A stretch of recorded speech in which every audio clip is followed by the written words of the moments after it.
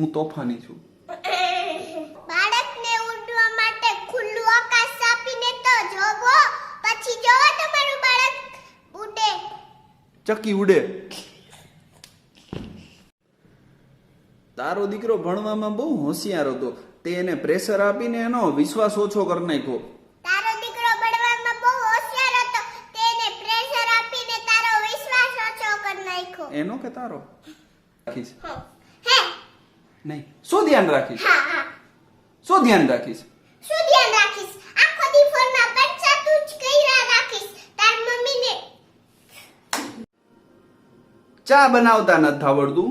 ચા બનાવતા નથી આવડતું, કપડાં ધોતા નથી આવડતું, વાસણ ઉટકવા નથી આવડતા, રસોઈ બનાવતા નથી આવડતું. મારે તારું શું કરવું?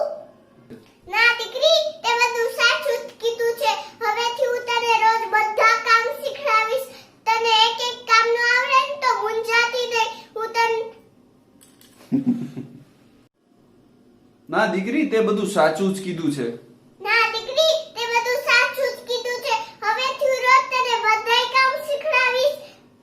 વેરી ગુડ, મસ્ત કર્યું. હવે તને એકેય કામ ન આવડે તો મૂંઝાતી હવે નહીં. તને એક એક કામ ન આવે ને તો મૂંઝાતી નહીં. તારી માં અહીંયા બેઠી છે. હા. અલ્યો સાસુમાં, તમારા માટે સ્પેશિયલ ચા બનાવી છે. હાય હાય, તું પડી ગયો. હાલ પછી ફોન કરું. હું માનું છું કે મને કાંઈ નથી આવડતું, પણ તમે મને સંભળાવવાના બદલે શીખડાવી ના શકો? મમ્મી, હું માનું છું કે મને કાંઈ નથી આવડતું, પણ મને શીખડાવવાના બદલે સંભાળી ન કહો શકો. મમ્મી, હું માનું છું કે મને કાંઈ નથી આવડતું, પણ મને શીખડાવવાના બદલે સંભાળી ન શકો. હું માનું છું કે મને કાંઈ નથી આવડતું, પણ મને સંભળાવવા ન સકડે.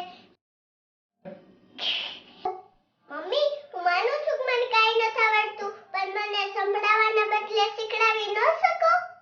તમે એમ કહો છો કે તારી માએ કાંઈ શીખડાવ્યું નથી, તમે મને જ મમ્મી કહો. તમે એમ કહો છો કે તારી મેં કઈ શીખડાયું નથી? તમે એમ કહો છો કે તારી માએ કાંઈ શીખડાવ્યું નથી. હવે તો તમે જ મારા મમ્મી છો. હું તમને રોજ મમ્મી કહું છું.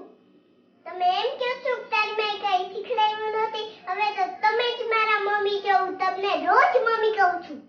આ દીકરાને તો 60% આવ્યા. હું તો ક્યાંય મોઢું જ દઈતાવા જેવી ન રહી.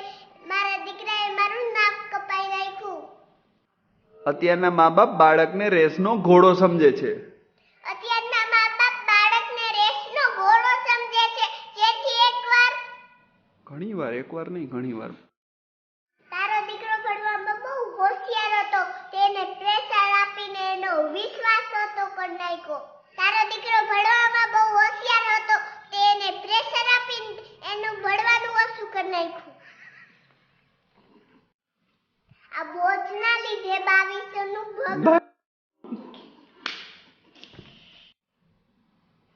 આપણે આપણા દીકરા અને દીકરીને ફરક શું કામ રાખે? હાથ એમ નો રાખ. ફરીથી બોલવું છે, આમ રાખવા છે.